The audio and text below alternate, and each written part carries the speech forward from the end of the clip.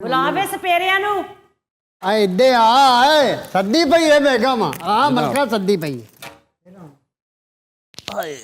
दिखाएं कौन सा सांप। कुछ नहीं होता, क्यों डर रही? सर उसमें से निकल के बाहर आ गया फिर क्या होगा? नहीं बाहर आता, सर अगर आ गया तो? मैं हूं ना। सर आप इतनी दूर है, वो इधर है। इन्हें बड़ी शाहरुख खान टाइप तबीयत हुई है ना। ए जी बीन दा काम जिथे जिथे बीन जानी उथे उथे उन्हें जाना। जब इसके दांत निकल जाते हैं क्योंकि आपने इसको डिफैंग किया हुआ है, जी तो फिर भी ये काटता है। जोगी ਦੀ ਜ਼ੁਬਾਨ 'ਚ ਇਹਨਾਂ ਦੇ ਦੰਦਾਂ ਨੂੰ ਕਹਿੰਦੇ ਨੇ ਕੁੰਡੇ, ਅੱਛਾ ਜਿਨ੍ਹਾਂ 'ਚ ਜ਼ਹਿਰ ਹੁੰਦਾ। ਜੀ ਜੀ ਕੁੰਡੇ, ਠੀਕ ਹੈ, ਜਿਹਨੂੰ ਇੰਗਲਿਸ਼ 'ਚ ਅਸੀਂ ਫੈਂਗ ਕਹਿੰਦੇ ਆ। ਜੀ ਸਿਰਫ ਉਹ ਕੱਢਦੇ ਨੇ। ਖੁਰਾਕ ਵਾਲੇ ਤਕਰੀਬਨ ਕੋਈ 170 ਦੇ ਕੋਲ ਦੂਸਰੇ ਦੰਦ ਮੌਜੂਦ ਹੁੰਦੇ ਨੇ, लेकिन उनमें जहर नहीं होता। ਉਹਨਾਂ 'ਚ ਜ਼ਹਿਰ ਨਹੀਂ ਹੁੰਦਾ, ਲੇਕਿਨ ਜ਼ਹਿਰ ਬੰਦਾ ਰਹਿੰਦਾ ਹੈ। ਅਗਰ ਉਹ ਦੰਦੀ ਵੱਢ ਲਵੇ ਉਹਦੇ ਨਾਲ ਤੇ ਉਹ ਜ਼ਹਿਰ ਉਹਦੇ ਤੋਂ ਮੁੰਤਕਿਲ ਹੋ ਕੇ ਨਾ ਇਨਫੈਕਸ਼ਨ ਕਰਕੇ ਬੁਖਾਰ ਤੱਕ ਜਾਨ ਤੇ ਨਹੀਂ ਜਾਂਦੀ, ਲੇਕਿਨ ਕਾਫੀ ਗੈਰ ਹਾਲਤ ਕਰ ਦਿੰਦਾ ਹੈ। ਅੱਲਾ ਨਾ ਕਰੇ ਜੇ ਸੱਪ ਵੱਢ ਜਾਏ ਤੇ ਪਹਿਲੇ ਤੇ ਤੁਹਾਨੂੰ ਇਹ ਹੀ ਨਹੀਂ ਪਤਾ ਵੀ ਉਹ ਜ਼ਹਿਰੀਲਾ ਹੈ ਕਿ ਗੈਰ ਜ਼ਹਿਰੀਲਾ ਹੈ, ਲੇਕਿਨ ਇਹਤਿਆਤ ਤੁਹਾਡੀ ਦੋਵਾਂ ਦੀ ਇੱਕੋ ਹੀ ਹੈ। जी ठीक।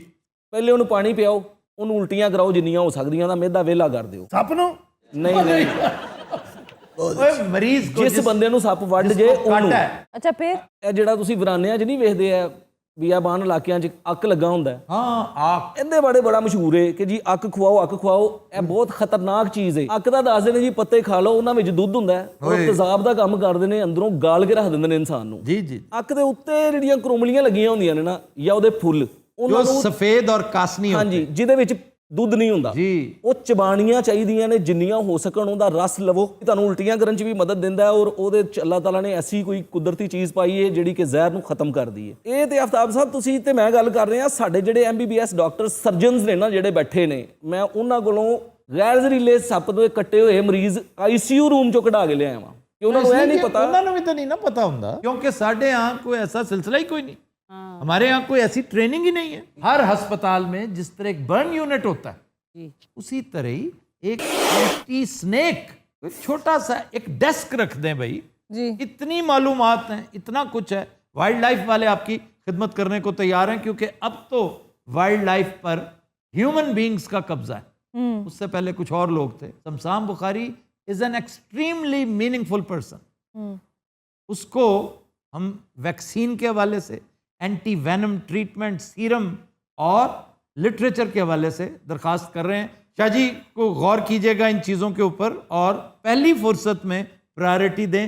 दूसरा भी सांप। बहाओ जो रोटी बननी हो अच्छा जी, ये है वो ਇਹ दूसरा ਜੀ ਜਿਹਨੂੰ सांप। ਡੱਡੂ ਖਾਣਾ ਸੱਪ ਕਹਿੰਦੇ ਨੇ। भाई पहली दफा मैंने किसी दामनी को इस तरह चिंगाड़ते फिचकारते देखा है। ਅੱਲਾ ਚੰਗੇ ਭਲੇ ਬੈਠੇ ਸੀ, ਕੀ ਐਡਮਾਂ ਸ਼ੁਰੂ ਕਰਵਾਤੀਆਂ ਅੱਲਾ ਦੀ। अच्छा मजे की बात यह है ਦੱਸੋ ਯਾਰ, ਇਹ 'ਚ ਵੀ ਮਜ਼ੇ ਦੀ ਗੱਲ ਲੱਭਣ ਡਿਆ। कि उसने स्पिट नहीं किया। कोबरा स्पिट करता है, उसने स्पिट नहीं किया। हर कोबरा नहीं करता, वो स्पिटिंग कोबरा अलहदा होता है जी। ज्यादातर करते हैं। ਪਹਿਲੇ ਨਸਲਾਂ ਸਨ ਬਿਲਕੁਲ ਪਿਓਰ, ਹੁਣ ਹੋ ਗਈਆਂ ਦੋਗਲੀਆਂ। ਜਿਹੜੀਆਂ ਇੰਡੀਆ ਦੇ ਬਾਰਡਰ ਤੋਂ ਇੱਧਰ ਆਉਂਦਾ ਨਾ ਸੱਪ ਫਨੀਅਰ, ਜਿਹਨੂੰ ਕਹਿੰਦੇ ਨੇ ਪੰਜ ਕਲਿਆਣ, ਉਹ ਇੱਥੋਂ ਦੇ ਕਾਲੇ ਫਨੀਅਰ ਨਾਲ ਮਿਲ ਕੇ ਨਾ ਕੱਕਾ ਜਿਹਾ ਬਣ ਗਿਆ। ये कक्का है, ये कक्का है। ਇਹ ਕਾਲਾ ਪੂਰਾ ਨਹੀਂ ਹੈਗਾ।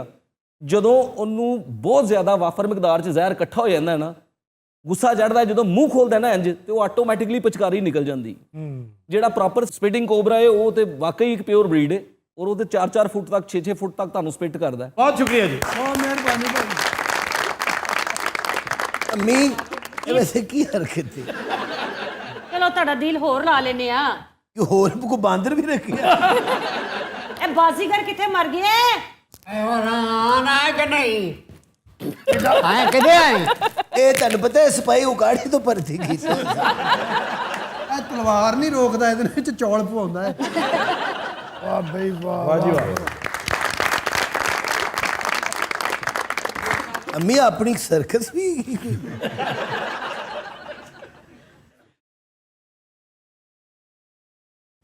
इस जैसा एक गेंद दारा ने भेजा था सिकंदर को।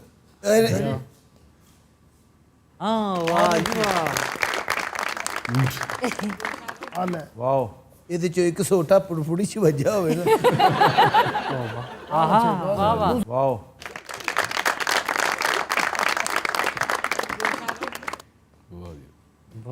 वाह वाह जी वाह। ਹੋਰ ਕੋਈ ਆਈਟਮ ਪੇਸ਼ ਕਰੀਏ? और नहीं नहीं, कोई आइटम शाइटम नहीं। ਇਹਦਾ ਸਾਡਾ ਸਿਪਾਹੀ ਹੈ, हाँ जी, ਇਹ ਆਪਣੇ ਆਪ ਨੂੰ ਅੱਗ ਲਾ ਕੇ ਕੜੇ ਚ ਲੰਘਦਾ। नहीं ये तो हमने बड़ी दफा देखा, आग लगा के कड़े में से गुजरना। ए गटर में से भी गुजर जाता है। ਇਹ ਉਰਲਾ ਬਾਬਾ ਜਿਹੜਾ ਇਹ ਤੁਹਾਨੂੰ ਮਰ ਕੇ ਵਿਖਾਏਗਾ। ਹਰ ਜੰਗ 'ਚ ਮਰ ਜਾਂਦਾ ਸੀ, ਰੋਟੀ ਦੇ ਟਾਈਮ ਉੱਠ ਪੈਂਦਾ ਸੀ। ਤੁਸੀਂ ਲੋਕ ਤੇ ਮੇਰਾ ਆਸਾਨ ਹੀ ਨਹੀਂ ਦੇ ਸਕਦੇ।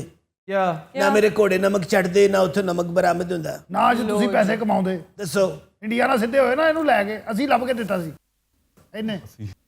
ਅਸੀਂ ਲੱਭ ਕੇ ਦਿੱਤਾ ਸੀ, ਫਿਰ ਖਿਆਲ ਹੈ ਇਹਨੇ, क्योंकि इंडियन खुद है। ਯਾਰ ਇੱਕ ਤਾਂ ਮੈਨੂੰ ਭੁੱਲ ਜਾਂਦਾ, ਮੱਤ ਵੱਜੀ ਹੈ। मत वजी थी तो तुमने उसे सजदा किया। तुम्हें पता है कि तवील सजदा किया इसने, उठ ही नहीं रहा था।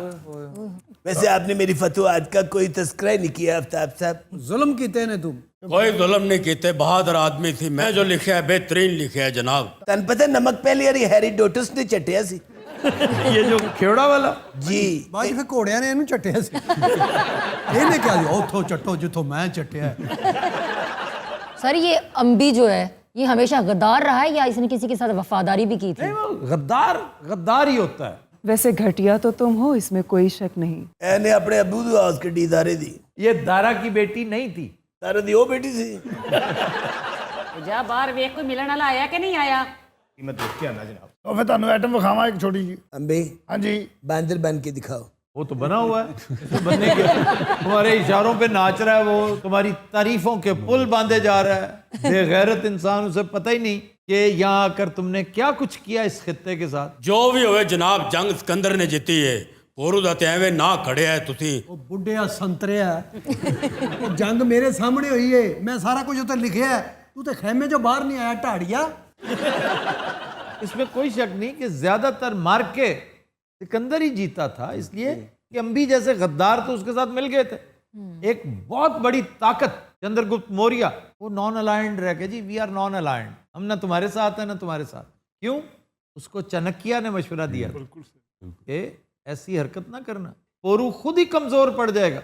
तुम्हारा वाहिद चैलेंजर पोरू इतना कमजोर पड़ जाएगा कि कभी सोचेगा भी नहीं तुम्हारे साथ लड़ने। ये तो वैसे ही चला जाएगा यहाँ से, इसने तो यहाँ रहना ही नहीं, इस मौसम में ये रह सकते ही नहीं है।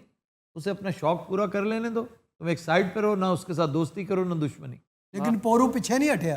और वो तो फिर पहाड़ की तरह अड़ गया था ना, उसकी गैरत का मसला था। ਗੈਰਤ ਦੇ ਚੱਕਰ 'ਚ ਕੀ ਬਚਿਆ ਉਹਦੇ ਕੋਲ? ਕੱਖ ਵੀ ਨਹੀਂ। वो हीरो के तौर पे याद रखा जाएगा, एक दलेर आदमी के तौर पे उठेगा, तुम एक बेगैरत के तौर पे याद रखे गए और गद्दार के तौर पे उठोगे। ਅੱਛਾ, ਜਾਣ ਕੇ ਮੈਨੂੰ ਇਹੋ ਜਿਹਾ ਗੈਟਅਪ ਕਰਾਉਂਦਾ ਜਿਹ 'ਚ ਬੇਗੈਰਤ ਘਰੋੜ ਕੇ ਕਹਿਣਾ ਹੁੰਦਾ।